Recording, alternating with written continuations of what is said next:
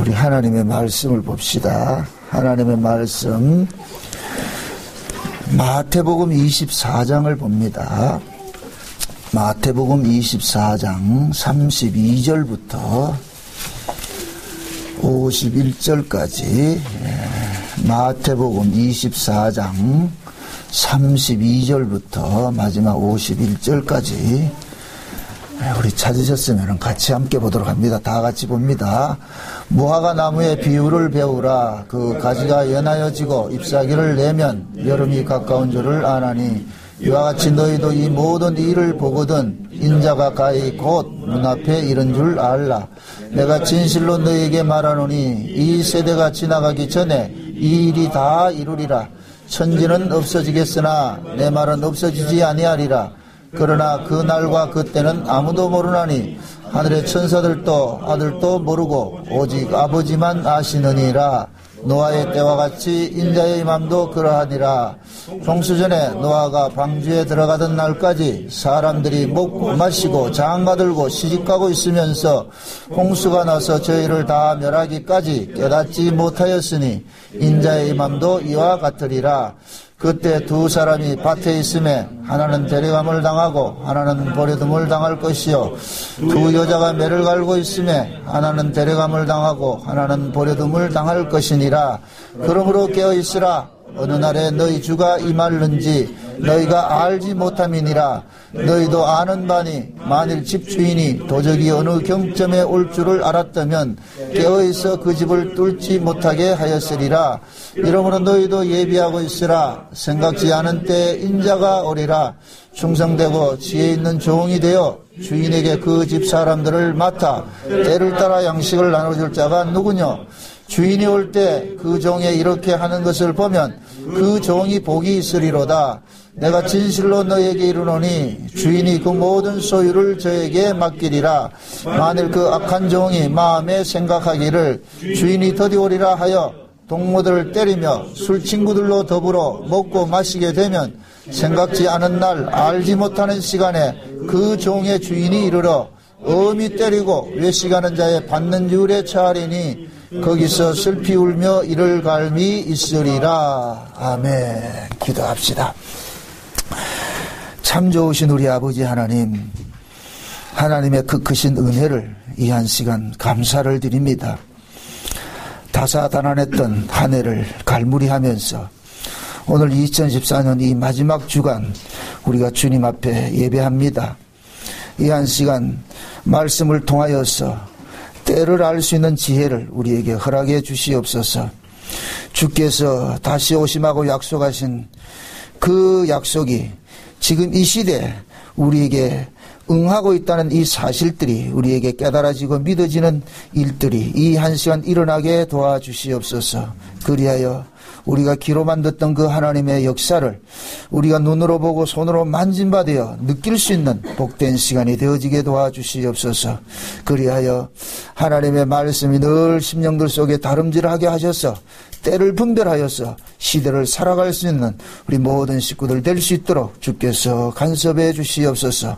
종의 입술에 하나님의 말씀을 넣어주시고 대언의 영으로 함께 하시고 증거되는 말씀이 성령의 감동하심으로 증거되게 하셔서 살아가는 종들의 마음속에 잘 박힌 목과 같이 말씀이 요동치지 않게 도와주시옵소서. 감사를 드렸고 그리스도 되신 예수님의 이름으로 기도합나이다. 아멘. 오늘은 2014년도 마지막 주간이라 가지고서 말씀을 창세기 강해를 잠깐 중단하고 이제 마태복음 24장 이 무화과 나무의 비유를 배우라는 말씀을 가지고서 한번 살펴볼까 합니다. 우리가 오늘이 이제 역사적으로 할 것 같으면은 2014년도 마지막입니다. 종말입니다. 쉬운 얘기로 종말. 2014년도의 종말입니다. 종말 이러면 우리가 끝나는 거잖아요. 끝나는 거. 그래서 우리가 이 종말 2014년 역사라는 것은 1년이라는 이 사이클을 통해 가지고서 1월 달부터 시작해서 12월 달 이렇게 되면은 저는 그렇게 감사를 해요. 하나님께서 한 해 이 역사라는 걸 이제 1년이라는 이 사이클을 통해 가지고서 순환을 하게 하면서 우리가 주님 앞에 서야 될 그 종말을 준비하게 한다 이렇게 생각을 하고 있어요. 저는. 그래서 연말이 되고 이렇게 되면 마지막 때가 될 것 같으면은 항상 마음이 한편으로는 부담스럽고 한편으로는 또 홀가분하고 그래요. 그런 것들이 교차합니다.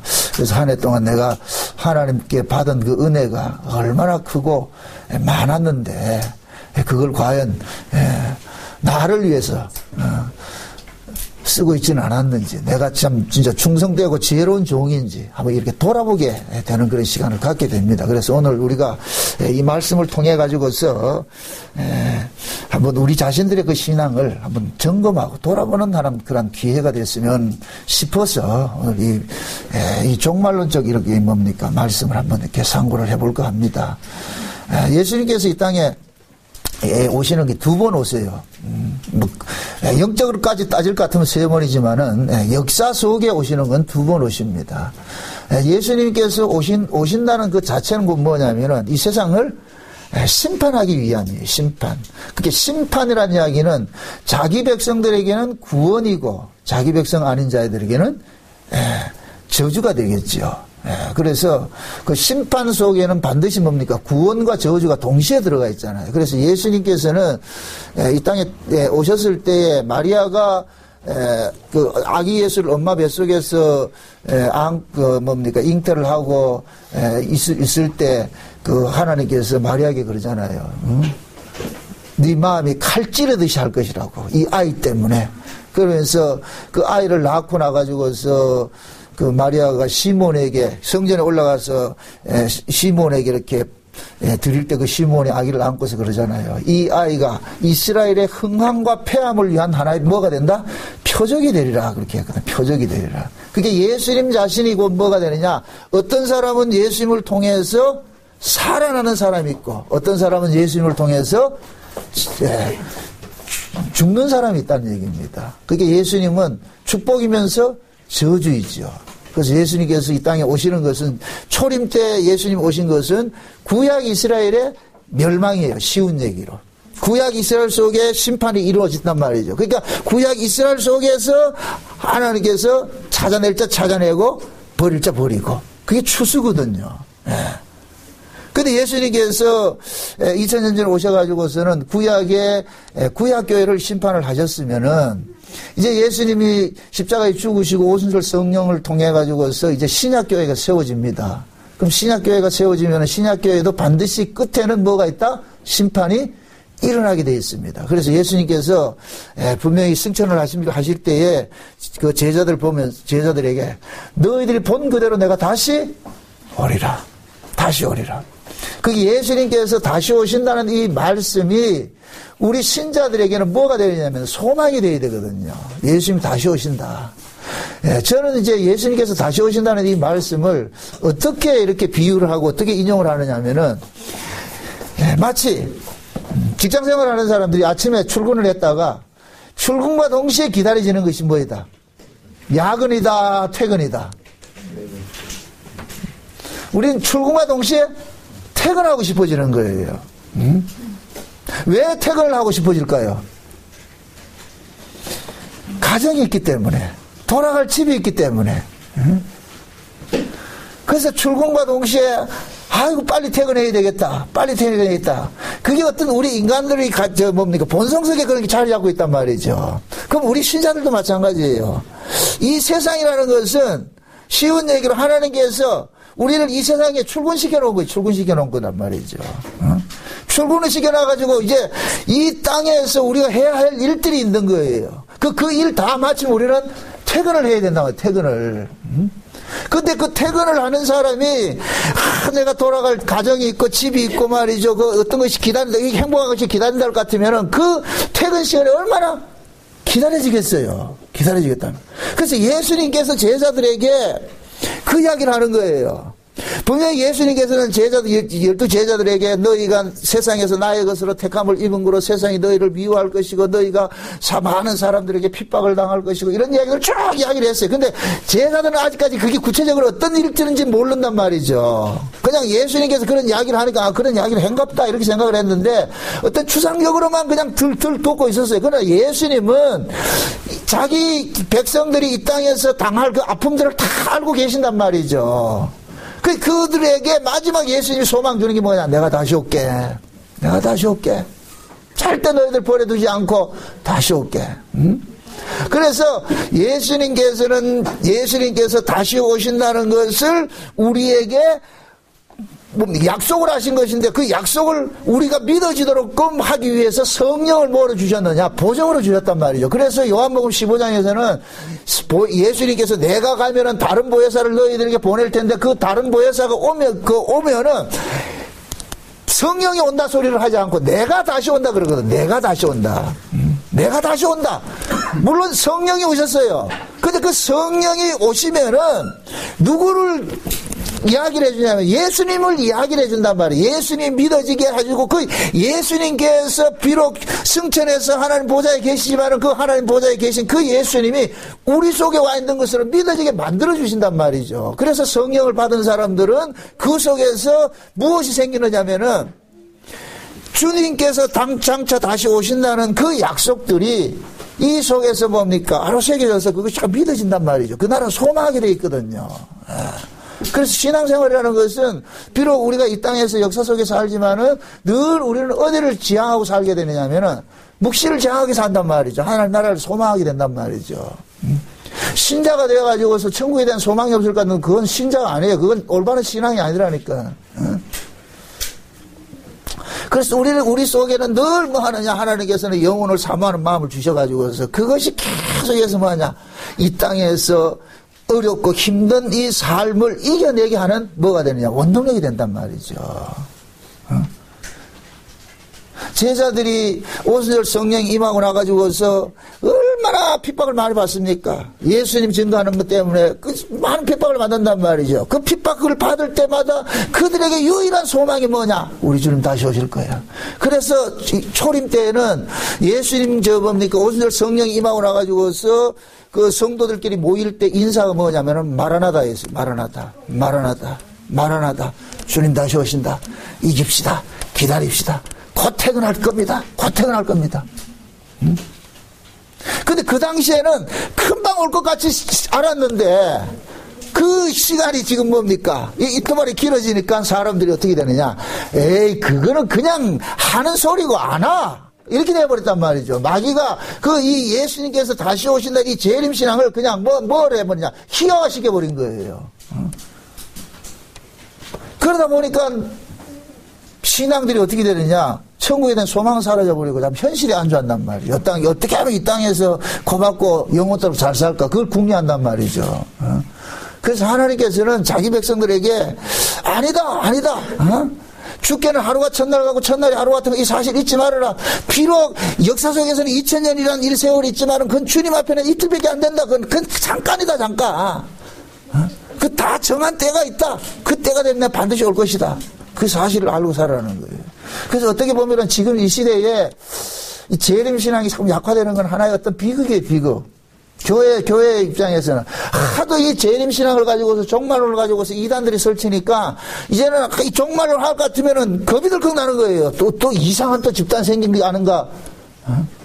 여러분들 종말과 종말론적 삶은 달라요.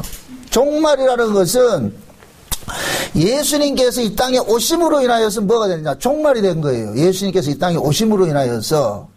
그러니까 예수님께서 이 땅에 오심으로 인하여서 이 세상 자체는 종말 모드가 돼버렸잖아요. 그러면은 예수님께서 감람산에서 승천을 하시면서 제자들에게 그러잖아요. 내가 갔다가 다시 올게. 그러면은 예수님께서 어느 날 몇 년도 몇 월 며칠 날 온다고 이런 약속이 있었을 것 같으면은 우리가 그때 기다리면 되는데 내가 언제 올지 그걸 때와 기한은 안다 모른다. 오늘 본문에 읽었잖아요. 지금 36절에 보니까 그날과 그때는 아무도 모르나니 하늘의 천사들도 아들도 모르고 오직 아버지만 아시느니라. 이 이야기는 곧 뭐냐? 이 역사를 경영을 하시는 분은 누구가 경영을 하시느냐? 아버지 하나님께서 경영을 하시는데 그 아버지 하나님께서 경영을 하시는 그 시간표 속에는 분명히 예수님께서 이 땅에 재림하는 것이 있어요. 그런데 그 역사의 시간표를 아버지만 알고 있다는 거예요. 아버지만. 그 이 이야기는 뭐냐? 예수님께서도 아버지가 정한 그 스케줄대로 예수님께서 움직인다는 거예요. 그렇게 움직인다고. 왜? 벌써 예수님께서 이 땅에 오실 때부터 예수님은 누구에게 종속이 되냐면 아버지에게 종속이 돼버리는 거예요. 예수님 마음대로 사는 것이 아니고 예수라는 이름을 가지고 이 땅에 오시면서부터 예수님은 뭐가 되느냐? 아버지 앞에 아버지의 뜻을 순종하기 위해서 왔기 때문에 종속적 관계가 되어버린단 말이죠. 그렇기 때문에 예수님은 아버지가 정한 그 그날과 그 때에 따라서 예수님은 일을 하시는 거예요. 근데 그 예수님 그 때를 안다 모른다? 모르고 계시는 거예요. 그러니까 이 예수님께서 언제 오신다는 걸 모르기 때문에 우리는 뭐가 되느냐? 항상 뭐가 되느냐? 종말을 지금 안고 사는 거예요. 언제 오실지 모르니까. 요걸 종말론적 삶이라 그런단 말이에요. 종말론적 삶이라 그런단 말이죠. 구약에 보면은 이 심판하는 것들을 한번 보여준 것이 에녹, 우리가 잘 아는 창세기 5장 볼 것 같으면 에녹이 나옵니다. 에녹이. 최초의 에녹은 뭡니까? 죽지 않고 어떻게 됐어요? 하나님께 데려감을 당했잖아요. 요것은 뭐냐? 장차 이 땅에 임할 실제 역사적인 그런 이 종말에 대해서 보여주는 거예요. 보여주는 사건이란 말이죠. 그럼 그 에녹은 어떻게 살았느냐? 에녹이 이 땅에서 몇 년을 살았냐면 365년을 살았어요. 365년이라는 것은 날짜로 계산하면 딱 1년이에요, 1년. 그죠? 하루를 계산할 것 같으면은. 그럼 365년을 살았는데, 에녹이 65세 때까지는 지 마음대로 살았는데 300년 동안 하나님과 동행했다 그런단 말이죠. 300년 동안 동행을 했어요. 그럼 365년을 살았는데 300년을 동행을 했다 할 것 같으면 65년은 동행했다 안 했다? 안 한 것이 되겠죠. 그러니까 동행을 안 했다는 이야기는 에녹이 하나님을 의식하지 않고 살았다는 얘기예요. 그런데 에녹이 300년을 하나님과 동행하고 하나님을 의식하고 살았는데 어떻게 왜 의식을 했느냐면은 에녹이 무두셀라라는 자식을 놓고 나가지고서 에녹의 삶이 완전히 바뀌어져 버립니다. 그러니까 그 무두셀라라는 아이가 에녹에는 하나님 뭐가 되느냐? 계시가 돼버리는 거예요. 근데 그 무드셀라라는 이름이 뭐냐면은 이 아이가 죽으면 심판이 임한다는 거거든요. 이 아이가 죽으면 심판이 임한다는 거예요. 그러니까 그 하나님께서는 무드셀라라는 그 아이를 에녹에게는 뭐를 줬느냐? 계시를 준 거예요. 계시를 준 거. 근데 태어나는 건 있어도 죽는 건 언제 죽을지 모르잖아요. 애가 나가가지고서 수영 물놀이 갔다가 익사할지 어떻게 알아요? 어? 언제 어떻게 죽을지 아무도 모른단 말이에요. 그러니까 에녹은 무드셀라를 낳고 난 이후로 뭐냐? 늘 뭐 하느냐? 아, 내가 주님 앞에 서야 될 그날을 생각하고 사는 거예요. 이게 종말론적 삶이라고 한단 말이죠. 예수님께서 십자가에 죽으시고 부활하시고 승천하시면서 분명히 하실 때 그러는 거예요. 내가 다시 온다 그랬다면 다시 온다 그래. 그럼 예수님께서 언제 오신다는 걸 이야기를 안 해줬으니까 그러니까 우리는 뭐냐? 긴장감 속에 살아야 되는 거예요. 긴장감 속에서. 언제 오실지 모르니까. 근데 지금은 뭐냐? 그 긴장감들이 다 사라져 버렸어요. 긴장감들이. 왜 그러냐?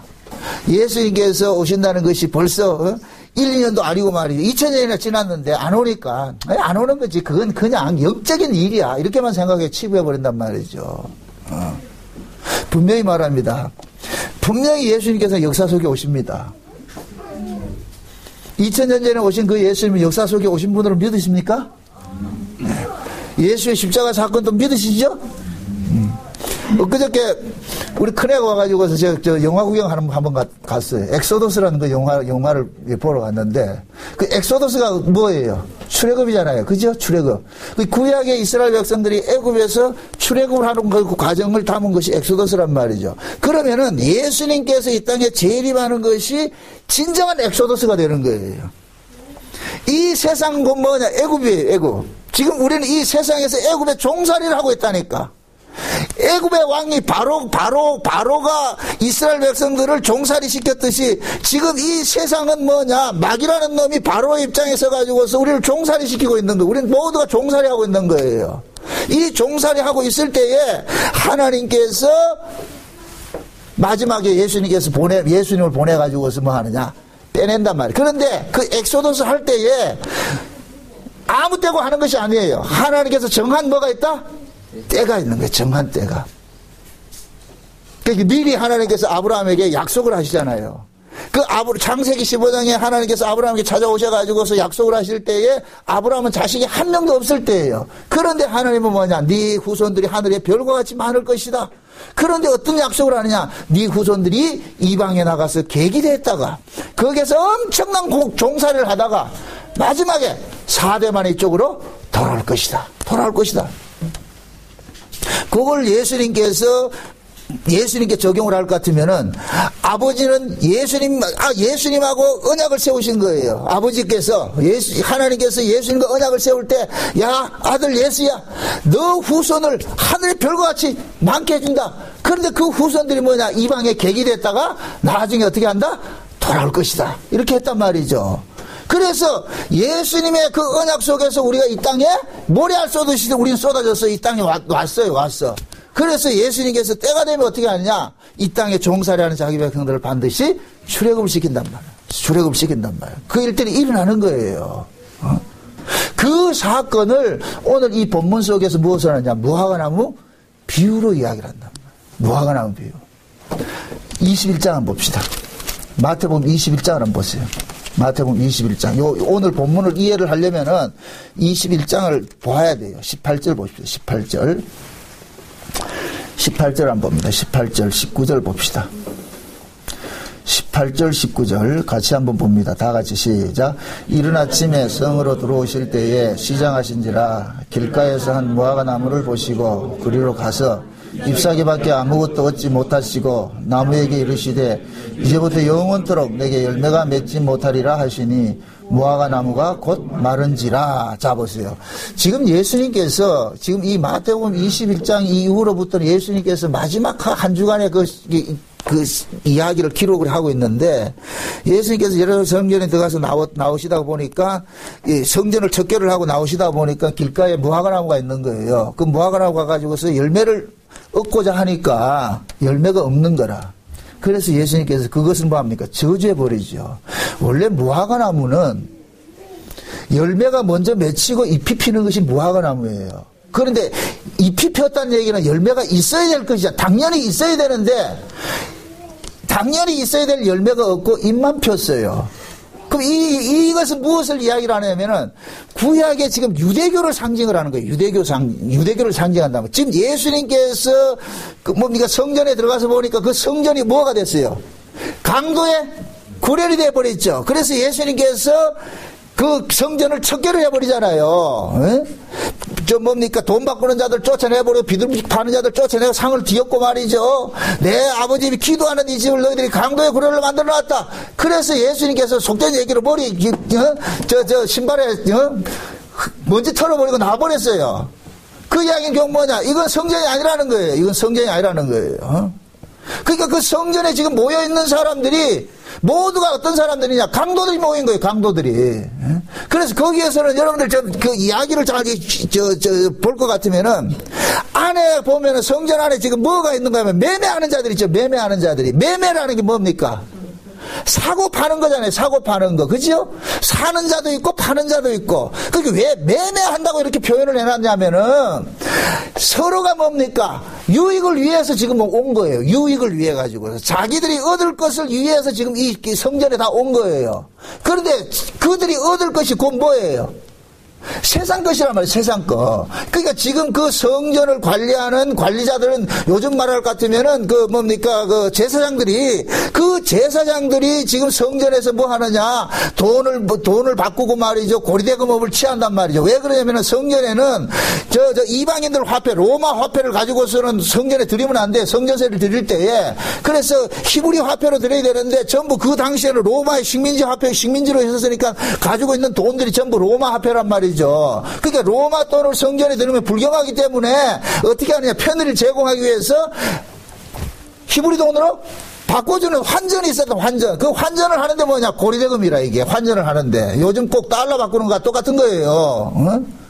그러니까 부득불 바꿔야 되는 거예요. 그러면서 그 부득불 바꾸면서 그들은 뭐 하느냐, 고려대금을 취했단 말이죠. 환전수수료를 취했단 말이죠. 이 대제사장들 다 짜고 치면서 마치 지금 우리 뭡니까, 우리나라 그 땅콩 항공인가 뭐 이거 국토부에 갔더니 그 국토부 직원들이 전부 대한항공하고 뭐 하고 있다? 유착관계에 대해 있어가지고 뒷돈 받아먹고 다 하잖아요. 꼭 그런 식이에요. 이게 세상 구조라니까. 그러니까 예수님께서 거기를 보고 매매하는 자들 모였다 그러고 강도의 구리라 그러는 거예요. 그 강도의 구렬이 된 그 교회의 모습이, 성전의 모습이 곧 뭐와 같으냐?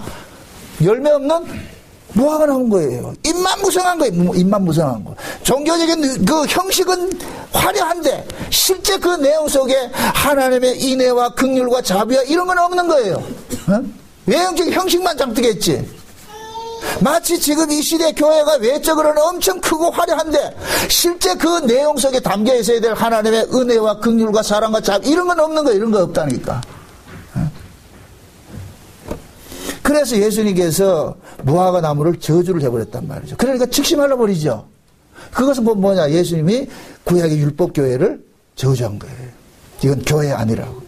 그래서 예수님께서 성전을 척결한 것은 이것은 교회가 아니라는 뜻이에요. 아니라는 뜻. 그런데 이 21장에서 행하신 예수님께서 무화과를 저주한 것은 예수님께서 초림으로 오셔가지고서 구약의 교회를 저주한 것이 되어버려요. 저주한 것이 되어버려서. 그러고 나가지고 오늘 우리가 읽었던 이 본문 말씀, 마태복음 24장에 무화과나무의 비유를 배우라는 얘기는 그때 21장에서 저주했던 그 무화과나무 비유를 배우라는 거예요. 그 무화과나무를 보라는 거예요. 그래서 오늘 이 본문에는 무화과나무의 비유를 배우라 하는데 거기에 볼까 그 앞에 정관사가 하나 붙어 있는데 뭐냐면 그가 붙어 있어요. 그 무화과나무예요. 다른 무화과나무가 아니고 그 무화과나무. 그럼 그 무화과나무는 뭐냐? 예수님께서 저주해버렸던 그 무화과나무란 말이죠. 그러면은 무화과나무는 그 당시에 이것이 이스라엘을 상징을 하는데 예수님께서 이스라엘을 저주해버렸잖아요. 저주해버렸는데 실제 예수님께서는 십자가에 죽으시고 난 후에 이스라엘은 AD 70년에 로마의 디도 장군을 통해 가지고서는 예루살렘이 완전히 초토화가 되어버렸어요. 그때 예수님께서 마태복음 24장에 말씀하신 것이 마태복음 24장 한번 보세요. 24장 1절 한번 보세요. 24장 1절을 한번 보세요. 1절 다 같이 봅니다.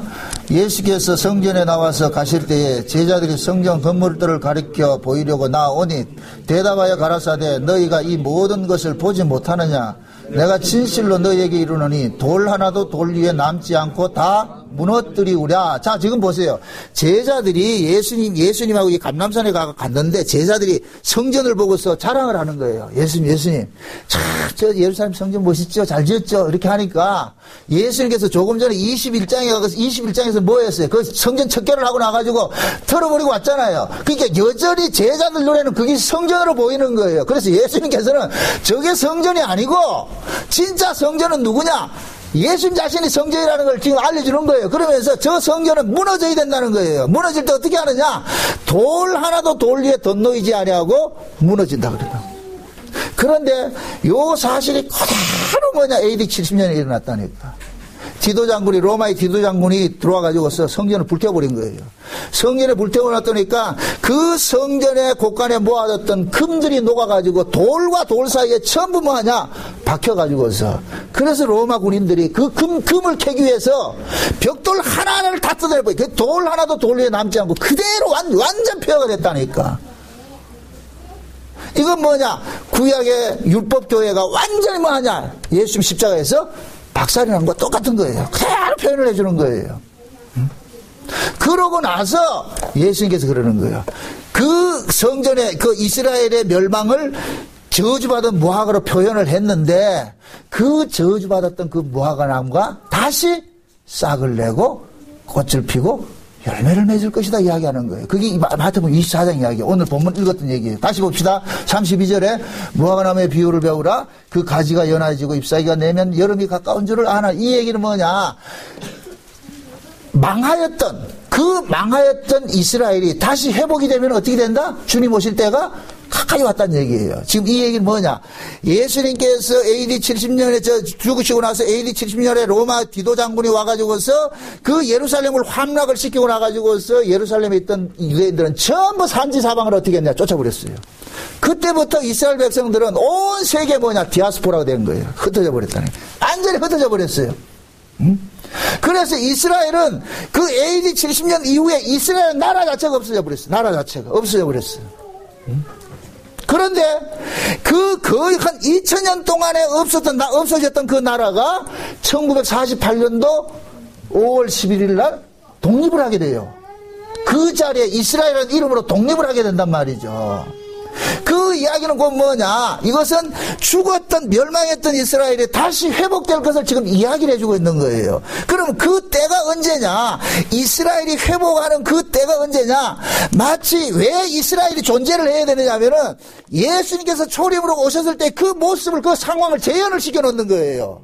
재현을 시켜놓는단 말이죠. 그러기 위해서 하나님께서는 망했던 이스라엘을 다시 회복을 시켜서 그 자리에 지금 이스라엘이 딱 들어서 지금 있다니까. 이건 곧 뭐냐? 예수님께서 다시 오신다는 재림의 징조로서 보여준다. 징조로서.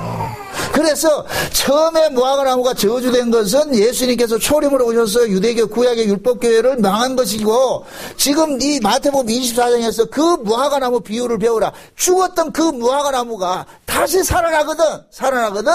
예수님께서 곧 가까이 문 앞에 이런 줄 알라 그러는 거예요.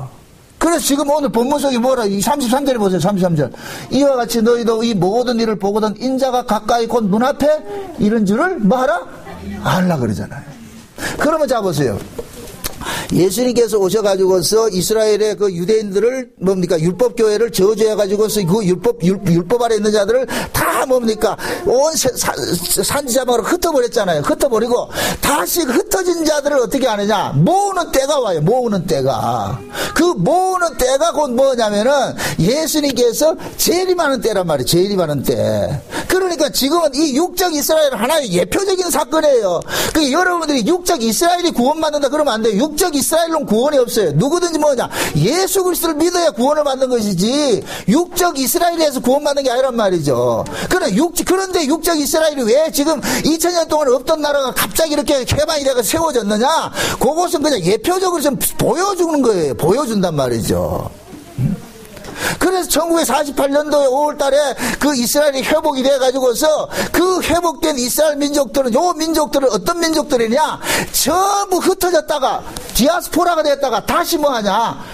찾아진 자들이 세워진 나라가 지금 현재 이스라엘이라니까. 이거는 구약에 이미 예레미야 시대에 예언이 돼 있었다니까. 예언이 돼 있어. 예레미야를 한번 보세요. 예레미야 24장입니다. 예레미야 24장. 예레미야 24장 1절부터 봅시다. 10절까지. 이건 굉장히 중요한 구절이니까 여러분들 다 보셔야 돼요. 다 같이. 예레미야 24장 1절에서 10절까지입니다. 같이 마지막 다 같이 보면 다 같이 시작. 바벨론 왕 느부갓네살이 유다 왕 여호와김의 아들 여호냐와 유다 방백들과 목공들과 철공들을 예루살렘에서 바벨론으로 옮긴 후에 여호와께서 여호와의 전 앞에 놓인 무화과 두 광줄이 내게 보이셨는데 한 광줄에는 처음 익은 듯한 극히 좋은 무화과가 있고 한 광줄에는 악하여 먹을 수 없는 극히 악한 무화과가 있더라. 여호와께서 내게 이르시되 예레미야야 내가 무엇을 보느냐? 내가 대답하되 무화과요온데 그 좋은 무화과는 극히 좋고 그 악한 것은 극히 악하여 먹을 수 없게 악하나이다. 여호와의 말씀이 또 내게 임하니 가라사대 이스라엘 하나님 여호와가 이같이 말하노라. 내가 이곳에서 옮겨 갈대아인의 땅에 이르게 한 유다 포로들이 이 좋은 무화과 같이 보아 좋게 할 것이라. 내가 그들을 돌아보아 좋게 하여 다시 이 땅으로 인도하여 세우고 헐지 아니하며 심고 뽑지 아니하겠고 내가 여호와인 줄 알고 마음을 그들에게 주어서 그들로 전심으로 내게 돌아오게 하리니 그들은 내 백성이 되겠고 나는 그들의 하나님이 되리라. 나 여호와가 이같이 말하노라. 내가 유대왕 시디기야와 그 방백들과 예루살렘의 남은 자로서 이 땅에 남아있는 자와 애굽 땅에 거하는 자들이 이 악하여 먹을 수 없는 악한 무화과같이 버리되 세상 모든 나라 중에 흩어져 그들로 환난을 당하게 할 것이며 또 그들로 내가 쫓아 보낼 것 모든 곳에서 치욕을 당하게 하며 말거리가 되게 하며 조롱과 저주를 받게 할 것이며 내가 칼과 기근과 연병을 그들 중에 보내어 그들로 내가 그들과 그 열조에게 준 땅에서 멸절하기까지 이르게 하리라 하시니라. 아멘. 자, 이 이야기가 뭔 얘기인가 하면은 하나님께서 예레미야에게 이스라엘의 멸망 소식을 알려주는 거예요. 멸망 소식을.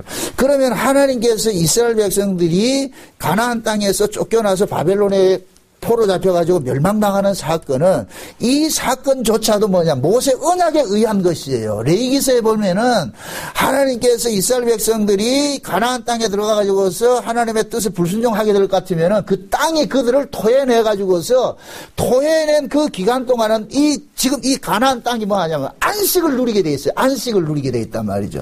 그러니까 쉬운 얘기로 하나님께서는 관심사가 어디 있냐면 가나안 땅인데 이 가나안 땅은 하나님의 은혜로서 이제 세워지는 그 땅인데 그런데 이스라엘 백성들이 그 은혜로운 땅에서 살만한 자격이 안 되면은 그 땅이 뭐냐면 토해내는 거예요. 쉬운 예를 듭니다. 어떤 사람이 건물을 가지고 있어요. 건물을. 우리 김수원 집사님 건물을 하나 가지고 있는데 김수원 집사님이 깔끔하게 생겨가지고서 그 집을 세를 주는데 이 집 세주는 세를 주려면 주는데 이 집을 어떤 사람이 들어와서 살아야 되냐면은 깨끗한 사람이 들어와서 살아야 되는 거예요. 깨끗한 사람이. 그런데 처음에 들어와가지고 깨끗하게 산다 그래 놔놓고는 나중에 보니까 깨끗하게 사는 거지 않아요. 개판을 치고 사는 거예요. 벽에다가 지 마음대로 말이야 구멍을 뚫고 말이죠. 온갖 한단 말이에요. 그래가지고 우리 김수원 집사님 종경에 불러가지고 어떻게 했느냐. 방패 해가지고 쫓아내버린 거예요. 쫓아내버렸단 말이에요. 응? 당신은 이 집에 살만한 자격이 없어. 쫓아내버렸단 말이에요. 지금 하나님께서 이스라엘 그렇게 이야기를 하는 거예요.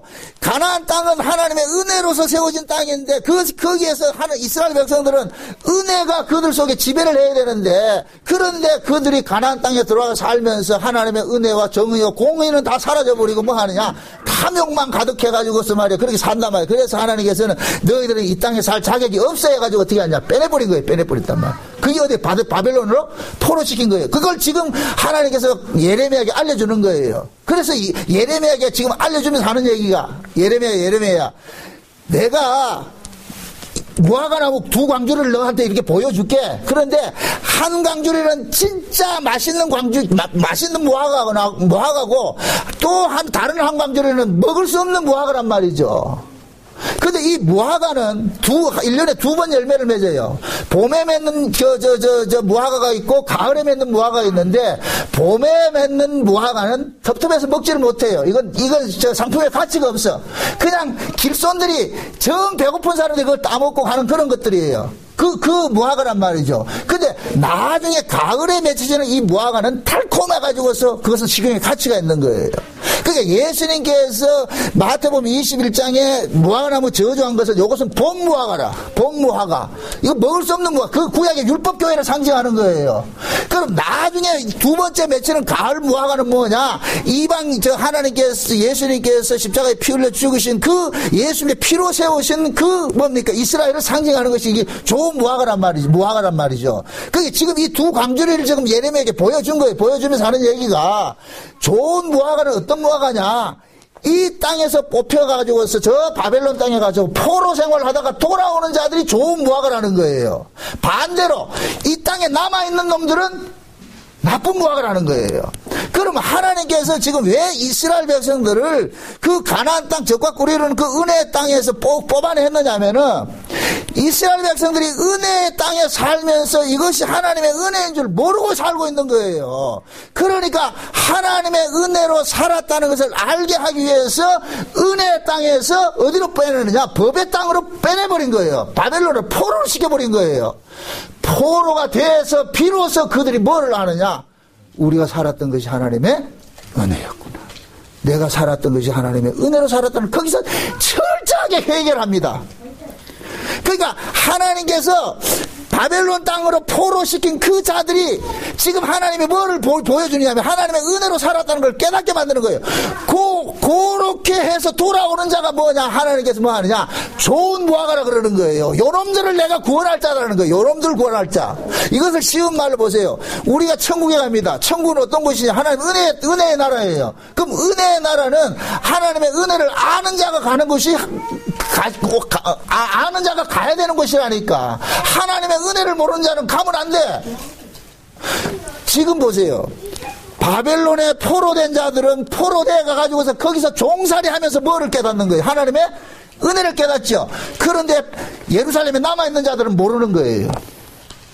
은혜를 모른다니까. 하나님의 은혜를 모른다니까. 그저 이들은 뭐냐? 왜 하나님 우리를 이렇게 힘들게 합니까? 원망만 불평만 가득했지. 그러나 그 자리에서 빼내심을 입어가지고 바벨론 포로된 자들은 뭐하냐? 하나님의 은혜를 알게 된다니까. 마찬가지예요.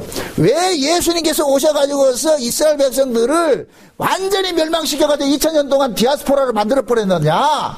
이것이 바벨론 포로 생활하는 것과 똑같은 거예요. 그 속에 있다가 하나님께서 때가 되면 뭐하냐? 그들을 뭐하느냐? 다시 고토로 뭐한다? 불러들였어요. 그래서 이스라엘이 독립이 됐단 말이죠. 이렇게 독립된 요 사람들은 쉬운 말로 좋은 무화과라니까. 좋은 무화과. 바벨론에서 포로되어서 온 자들과 같은 거예요. 자 보세요. 예수님께서 초림으로 오셨을 때에는 바벨론에서 포로로 되어 있던 자들이 돌아와서 세운 그 예루살렘이 예수님 초림 때 모습이라니까. 그럼 예수님의 재림 때도 마찬가지예요. 전 세계에 흩어져 있던 자들이 다시 돌아와서 나라를 하나 회복을 시켜야 돼. 그게 지금 현재 이스라엘이니까. 요 이야기를 사도 바울은 어떤 식으로 또 표현을 하느냐면은 로마서 11장에 가가지고 참 감람나무 비유를 한다니까. 로마서를 다시 봅시다. 로마서 11장. 로마서 11장입니다.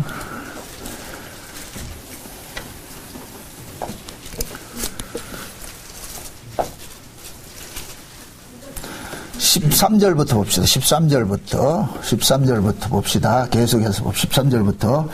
내가 이방인인 너희에게 말하노라. 내가 이방인의 사도인 만큼 내 직분을 영광스럽게 여기노니 이는 곧 내 권력을 아무쪼록 시기케 하여 저희 중에서 얼마를 구하내려 함이라. 저희를 버리는 것이 세상에 화목이 되거든 그 받아들이는 것이 죽은 자 가운데서 사는 것이 아니면 무엇이리요. 제사는 처음 익은 곡식 가루가 거룩한 적 떡덩이도 그러하고 뿌리가 거룩한 즉 가지도 그러하니라. 또한 가지 얼마가 꺾였는데 돌감람나무 내가 그들 중에 접붙임이 되어 참 감람나무 뿌리의 진액을 함께 받은 자 되었은즉 그 가지들을 향하여 자긍하지 말라. 자긍할지라도 내가 뿌리를 보존하는 것이 아니요 뿌리가 너를 보존하는 것이니라. 그러면 내 말이 가지들이 꺾이운 것은 나로 접붙임을 받게 하려 함이라 하리니 옳도다. 저희는 믿지 아니함으로 꺾이우고 너는 믿음으로 섰느니라. 높은 마음을 품지 말고 도리어 두려워하라. 하나님이 원가지들도 아끼지 아니하셨은즉 너도 아끼지 아니하시리라.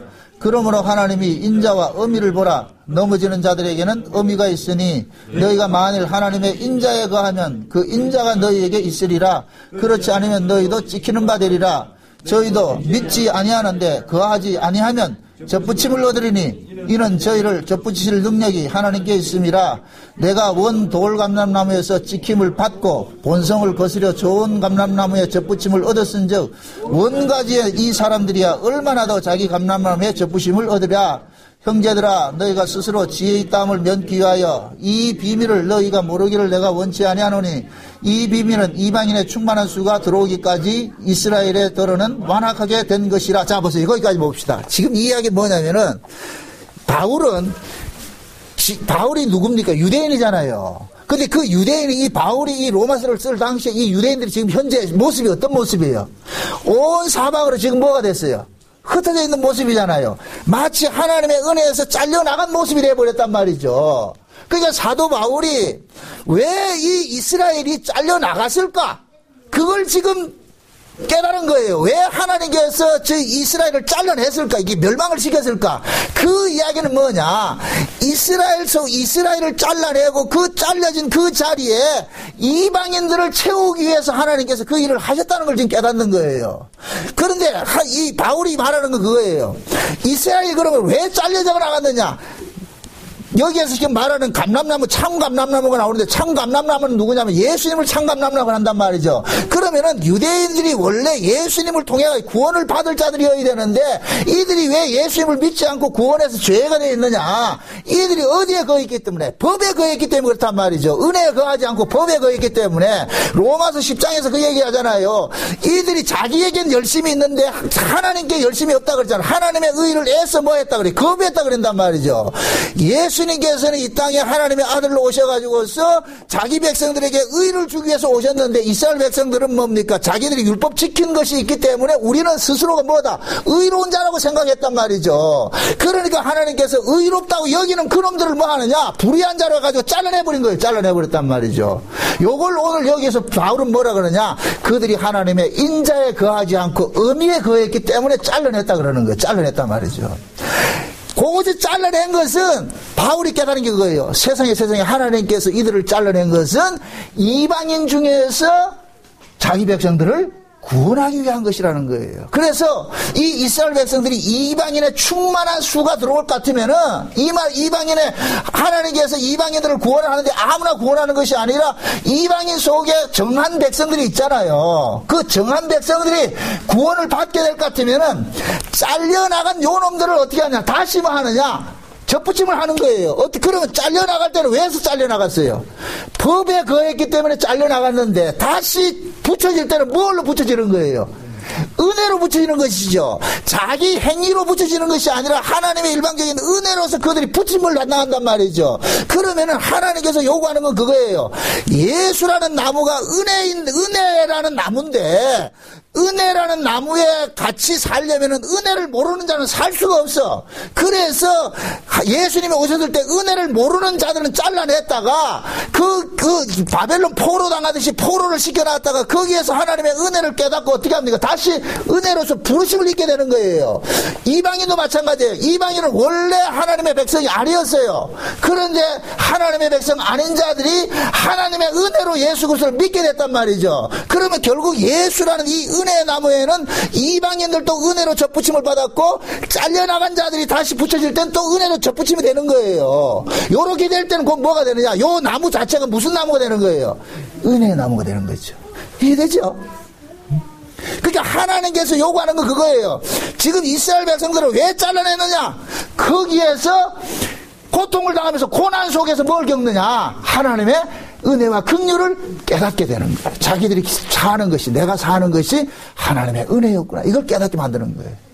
그래서 하나님께서는 자기 백성들을 어디에 던지느냐 하면 고난 속에 던져놓는 거예요. 고난 속에 집어넣어놓고 거기에서 뭐 하느냐? 하나님께서 하나님의 은혜로 살았다는 걸 깨닫게 만들어서 돌아오게 만드는 거예요. 여러분 보세요. 역사 속에, 우리 인류 역사 속에 세계 전쟁이 2번 났어요. 1차 전쟁, 2차 대전 있잖아요. 그죠?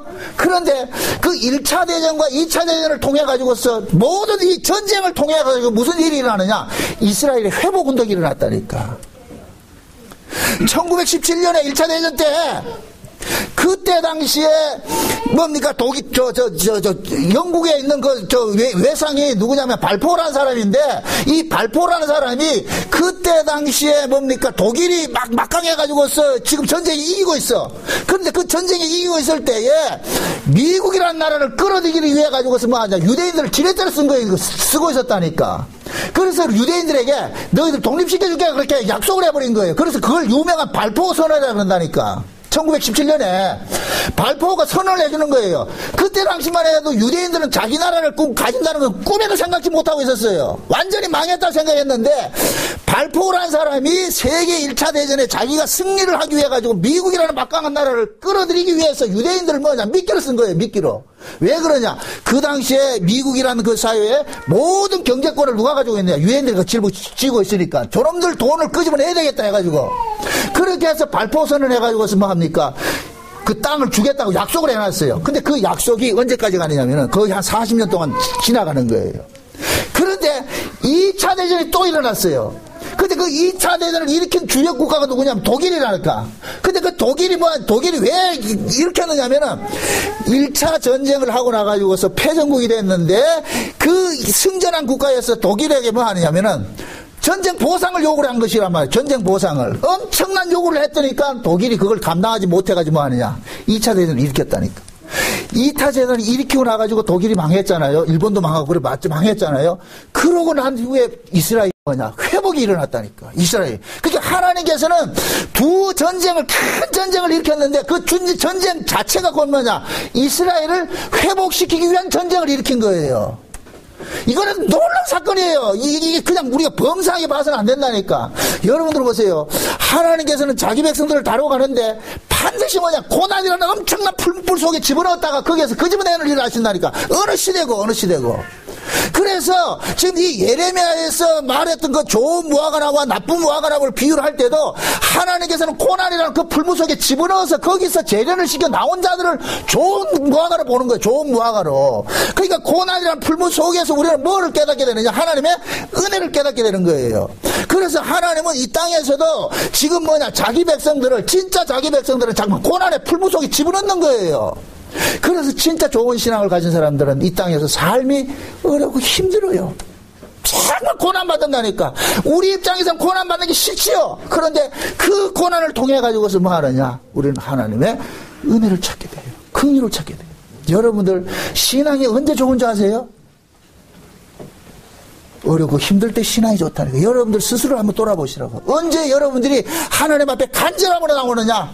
내가 힘들고 아무도 이 땅에서 내게 소망이 없을 때, 내가 의지할 것이 없을 때, 우리는 비로소 그때 천부의 의지 없어서 나온다는 거예요. 주여 도와주세요. 주여 도와주세요. 근데 신앙이 언제 나빠지느냐. 등 따시고 배부르면은 그때는 뭐가 되느냐. 보이는 재물을 의지하게 된다니까. 돈을 쫓아가게 된다니까. 돈 없을 때는 주여 주님 도와주세요 하고 살았는데 돈이 예수님 자리에 딱 자리 잡고 시작할 것 같으면 그때부터는 돈이 신이 되어버리는 거예요. 돈 쫓아가는 거예요. 그래서 신앙의 위기는 반드시 언제 나타나느냐. 등 따시고 배부를 때예요. 그럼 그 신앙의 축복은 언제냐. 어렵고 힘들 때라니까. 그럼 여러분들이 한번 제가 문제를 내놨다. 어떤 문제지를 잡을 것 같아요? 고난의 문제지를 잡을 것 같아요? 등 따시고 배부른 문제지를 잡을 것 같아요? 우리는 다 등 따시고 배부른 걸 잡는다니까. 이게 본능이 그렇다니까. 그래서 하나님께서는 우리의 의지와 상관이 없이 어떻게 하느냐. 우리 뜻대로 인생이 사라지지 않도록 정말 간섭을 해버리는 거예요. 참 간섭을 한다니까. 그 간섭 당할 때마다 우리는 뭡니까? 아파요. 여러분들 그 엑소더스라는 영화를 보면은 이스라엘 백성들이 뭐라 그러냐. 조롱을 하는 거예요. 야 무슨 신이 너희들 이렇게 고생시키는 그런 신이 있냐. 그 신도 아니라는 거예요. 그러니까 그 사람들의 사고방식은 뭐냐. 신 이러면 우리를 따뜻하게 행복하게 해주는 신으로 생각하는 거예요. 그러니까 이스라엘 백성들도 무슨 놈의 신이 이렇게 고난당하고 힘들어하는데 억압받고 있는데 이렇게 가만두는 신이 어디 있느냐. 그런 신이 없다는 거예요. 그러니까 고난 속에서 그들은 점점 적개심이 생긴다니까. 그 적개심의 끝이 나중에는 뭡니까? 점점 바로로부터 배나 더 어려운 그 억압 속에 집어넣으니까 비로소 우리는 그때 터져나오는 것이 뭐냐? 하나님 살려주세요. 도와주세요. 나온다니까. 여러분들 우리 신앙도 마찬가지예요. 처음에 어렵고 힘들 때는 우리는 뭐가 나오느냐? 불타고 난다니까. 하나님에 대한 적개심이 생긴다니까. 맞짱 한번 뜬다니까. 끝까지 한번 고집 피운다니까. 근데 그 고집 피우는 고비가 넘어가면 그때는 뭐 하냐? 무장 해제되는 거야. 죽이려면 죽이고 살리려면 살리소. 하나님 도와주세요. 나온다니까. 그 과정이 필요한 거예요. 우리는 이 역사 속에서 하나님은 자기 백성들 그 과정을 다 겪게 만든다. 예? 여러분들 보세요. 이 땅에서 우리가 복음을 깨닫는 것도 마찬가지예요. 이것이 뭐 등 따시고 배부른 곳에서 이 복음 여러분들 깨달아지지 않아요. 여러분들이 복음도 이렇게 깨달아지고 들려지는 것은 내가 어렵고 힘들 때 그때 이게 들려진다니까. 그래서 하나님은 지금도 마찬가지예요. 계속해서 자기 백성들을 어디에 집어넣느냐. 등 따시고 배부른 그 가나안 땅에서 고난의 땅인 바벨론으로 다 빼내는 일들을 하는 거예요. 빼내는 일들을. 그래서 구약에서도 예레미야를 통해 가지고서 가나안 땅에서 바벨론으로 빼낸 그들이 하나님께서는 좋은 무화과로 해가지고서 이들에게 하나님께서는 영영이 하나님의 은혜와 자비를 베푸신다 그러잖아요. 그렇게 했듯이 신약에도 마찬가지란 말이죠. 하나님께서 예수를 죽인 그 죄값을 물어서 그 이스라엘이라는 이 나라를 2000년 동안 전부 세상에다 포로로 잡혀가지고 디아스포라를 만들어 놨다가 그러니까 디아스포라를 하는 그 과정이 곧 뭐냐. 이들은 뭐가 되느냐. 마치 예루살렘에 있던 자들이 바벨론으로 뽑혀져 가지고서 거기서 고난받는 거와 똑같은 것이에요. 똑같은 거. 그러니까 그들은 곧 뭡니까? 예루살렘에 있던 자들이 예레미야 시대에 뭡니까? 바벨론으로 뽑혀간 것은 바벨론으로 뽑혀가가지고서 뭐 하느냐? 형벌을 사는 거예요, 형벌을. 그들의 죄값을 치르는 거예요. 마찬가지로 예수님께서 이 땅에 오셔가지고서 자기 백성들을 구원하기 위해서 오셨는데 유대인들이 십자가에 예수님을 죽였어요. 그럼 죽인 그들을 하나님께서는 어떻게 하느냐? 예루살렘에서 뽑아가지고서 어떻게 합니까? 전 세계에 흩어서 2000년 동안 무슨 기간을 겪게 해요? 형벌의 기간을 겪게 한다는 거예요. 형벌의 기간을. 그 형벌이라는 것은 반드시 정한 때가 있는 거예요. 누가복음 21장 봅시다. 누가복음 21장. 누가복음 21장입니다. 21장. 21장. 24절을 한번 보세요. 24절. 24절. 21장 24절입니다. 다 같이 한번 봅시다. 자, 시작. 저희가 칼날에 죽임을 당하며 모든 이방에 사로잡혀 가겠고 예루살렘은 이방인의 때가 차기까지 이방인들에게 밟히려. 자, 보세요. 예루살렘은 이방인들에게 언제까지? 때가 차기까지. 때가 차기까지. 그럼 하나님께서는 지금 예루살렘을 뭡니까? 마치 구약의 이스라엘 백성들을 예루살렘에서 뽑아가지고서 바벨론으로 했듯이 지금 예수님 초림으로 오셔가지고서 있던 그 이스라엘을 전 세계에 흩어버린 것들도 다 정한 때가 있겠지요. 정한 때가 있겠지요. 그 정한 때가 언제냐? 하나님께서 계획한 그 때가 있단 말이죠. 그럼 그 때가 언제냐? 이방인들이 충만한 구원수가 이루어질 때. 그게 로마서 11장 다시 한번 보세요. 로마서 11장. 로마서 11장 25절입니다. 25절 봅시다. 25절 같이 한번 25절에서 몇 절까지 보냐면 27절까지 봅니다. 같이 봅니다. 형제들아 너희가 스스로 지혜 있다 함을 면키 위하여 이 비밀을 너희가 모르기를 내가 원치 아니하노니 이 비밀은 이방인의 충만한 수가 들어오기까지 이스라엘의 떨어는 완악하게 된 것이라. 그리하여 온 이스라엘이 구원을 얻으리라. 기록된 바 구원자가 시온에서 오사 야곱에게서 경건치 않은 것을 돌이키시겠고 내가 저희 죄를 없이 할 때에 저희에게 이루어질 내 언약이 이것이라 함과 같으니라. 자 보세요. 이것이 지금 사도 바울이 그러는 거예요. 육적 이스라엘이 멸망을 당해가지고 온 세상에 흩어진 그 사건은 이방인들을 구원시키기 위한 하나님의 뭐라 그랬어요? 비밀이라 그랬어요. 비밀. 그죠? 비밀인데, 그 기간 동안에는 어떻게 하느냐면은, 흩어진 그들에게 하나님께서 죄를 정결케 하는 그 일들을 하게 하는 거예요. 죄를 정결케 하는 일들을. 다시 말해가지고서, 자기들이 예수 그리스도를 죽인 것에 대한 그 형벌의 기간을 살도록 만드는 거예요. 그거 하면서 그들은 철저히 깨닫는 거예요. 그런데 그들이 다시 고토로 부르심을 입을 때는 이들도 뭐가 되느냐? 예수 그리스도를 통해서 구원 얻는 역사들이 일어나는 거예요. 그래서 지금 현재 이스라엘의 육적 이스라엘은 저 유대 땅에 예수를 믿는 자들이 일어나고 있다는 이 사실은 놀라운 사건이라니까. 지금 하나님께서 육적 이스라엘은 구원하지 않아요. 육적 이스라엘 속에 예수 그리스도를 믿게 해서 구원을 받는다니까. 그렇게 됐을 때 이들이 곧 뭐냐? 하나님께서 뭐냐? 창세전에 계획했던 그 언약들이 이루어지는 거예요. 그래서 27절에 그러는 27절 다시 보세요. 27절. 내가 저희 죄를 없이 할 때 저희에게 이루실 내 언약이 뭐이다? 이것이라 그래. 그럼 창세전 언약이 뭐예요? 창세전 언약이 자기 백성이 죄 아래 가둬진 것을 예수님께서 십자가에 죽으심으로 인해서 그 백성이 의로워졌어. 이것이 하나님의 아들이 되는 것이잖아요. 그게 창세전 언약이잖아요. 그걸 이루기 위해서 하나님께서는 육적 이스라엘을 디아스포라로 만들었다가 그 디아스포라 된 자들을 다시 뭡니까? 고토로 불러들여가지고 그들에게 하나님의 은혜로서 그 은혜를 부어줘가지고 예수 그리스도를 믿게 만들어가지고서 뭐 하느냐? 구원을 하게 하는 거예요. 요렇게 됐을 때 뭐가 되느냐? 이방인 속에서도 예수 믿고서 들어온 사람과 유대인 속에서도 예수 믿고서 들어온 사람들이 요 사람을 일컬어서 온 이스라엘이라 그러는 거예요. 온 이스라엘. 다시 보세요. 26절 보세요. 26절. 25절 26절 다시 봅니다. 형제들아 너희가 스스로 지혜 있다 함을 명키 위하여 이 비밀을 너희가 모르기를 내가 원치 아니하노니 이 비밀은 이방인의 충만한 수가 들어오기까지 이스라엘 들어는 완악하게 된 것이다. 자, 요 얘기는 뭡니까?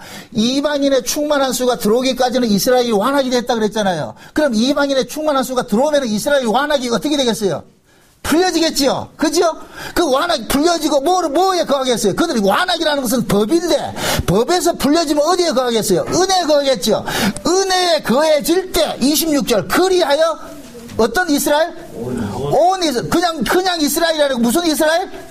온 이스라엘이라는 것은 이건 뭡니까? 이방인 중에서도 예수 믿어서 구원받는 사람이 일어나고 유대인 속에서도 예수 믿는 사람이 구원받는 사람들 요것을 일컬어서 온 이스라엘이라 그런다면 온 이스라엘. 요 온 이스라엘이 구원을 얻는 것이 이것이 창세전에 감추었던 뭐이다? 언약이고 비밀이라 그러는 거예요. 바울은 그걸 본 거예요. 그럼 묻습니다. 지금 이 시대 1948년도 2000년 동안 없었던 그 이스라엘 나라가 세워졌어요. 그런데 이스라엘 나라가 세워진 것만 문제되는 것이 아니라 그들이 누구였습니까? 예수를 죽인 사람들이었어요. 그런데 그들이 예수 믿는 사람이 일어나고 있어요. 그럼 이 예수를 믿는 사람들이 일어나는데 이 예수 믿는 사람들이 지금 어떤 핍박을 당하고 있느냐? 예수님께서 초림으로 오셨을 때 핍박당하던 그 모습 그대로 지금 핍박당하고 있다니까. 유대인들 속에. 그러니까 지금 고토로 돌아온 육적 이스라엘 속에서도 예수 안 믿는 자들이 있고 예수 믿는 자들이 있는 거예요. 그러니까 예수 믿는 이 사람들은 예수님께서 2000년 전에 오셔서 유대인들에게 고통당했던 그 고통을 그대로 지금 감수하고 있다니까. 그 일들이 지금 이스라엘 속에서 일어나고 있다니까. 그래서 제가 그러는 거예요. 현재 저기 중동 땅에 있는 이스라엘은 우리에게 보여주는 표상이라 그래요. 표상. 우리는 그걸 표상으로 보는 거예요. 아, 하나님께서 어떻게 자기 백성을 다루어 가시는가, 간섭해 가시는가, 그걸 지금 보고 있는 거예요. 그러면은 그 눈들이 지금 이스라엘 속에 실제 2000년 전에 전부 후만 그런 사건들이 지금 일어나고 있을 때 이러한 것을 보면은 우리는 어떤 모습으로 서야 돼요? 깨어나야 되죠. 그래서 예수님께서 무화과나무의 비유를 배우라 그러는 거예요. 그 배우라는 얘기는 그들을 좀 보라는 거예요. 그들을 보라는 거예요. 내가 이스라엘을 어떻게 다스리고 있는지 그들을 좀 봐라. 그래서 마태복음 24장에 그러는 거예요. 예수님께서 그 무화과나무의 비유를 배우라 하놓고서는 계속해서 종말에 예수님께서 재림할 때 그 사건들을 계속 적용을 시키는 거예요. 이해를 시키는 거예요. 그때는 지혜로운 종이 있고 악한 종이 있을 것이고 어떤 사람은 두 사람이 매를 갈고 있으면 하나는 데려감을 당하고 하나는 버려둠을 당하고 노아의 때와 같을 것이다. 그러니까 너희들이 어떻게 살아야 될 것인가 계속해서 반복해 이야기해 주는 거예요. 그래서 25장에서 뭡니까? 마태복음 25장에 뭐라 그래요? 열처녀 비유가 나오고 그 다음에 뭐가 나옵니까? 달란트 비유가 나오고 양과 염소 비유가 나오잖아요. 그들은 곧 뭡니까? 열처녀 비유도 전부 교회 안에 들어온 성도들이에요. 성도들. 근데 교회 안에 들어온 성도들인데 어떤 성도는 등과 기름을 예비한 사람이 있고 어떤 사람은 등만 가지고 있는 성도가 있고 달란트 비유도 마찬가지예요. 모두가 다 달란트를 맡겨줬는데 어떤 종들은 악해서 땅에 묻어주는 종이 있고 어떤 사람은 어떤 종들은 열심히 일한 종들이 있고 그럼 그 예수님께서 말하는 거예요. 너희들이 지금 어떤 모습으로 이 땅에 존재하고 있는지 그걸 우리에게 지금 계시해 주는 거예요. 지금 우리에게 경각심을 준단 말이죠. 너희 신앙이 지금 어떤 모습으로 서 있는지 한번 보라는 거예요.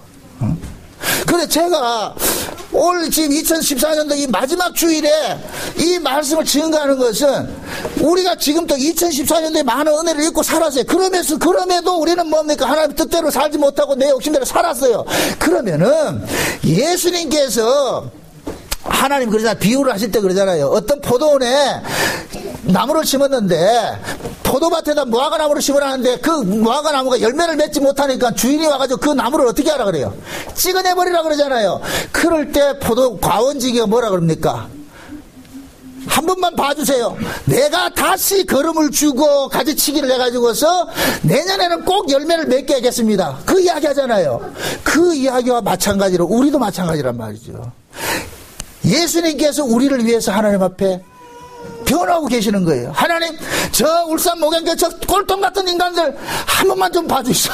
올 한 해도 2014년도에는 개판 쳤지만은 2015년도에는 내가 저들에게 은혜를 베푸시고 긍휼을 베풀어서 결국 하나님의 그 은혜자를 내가 인도해 내겠습니다는 그 예수님의 그 기도가 있기 때문에 지금 현재 우리가 살고 있는 거예요.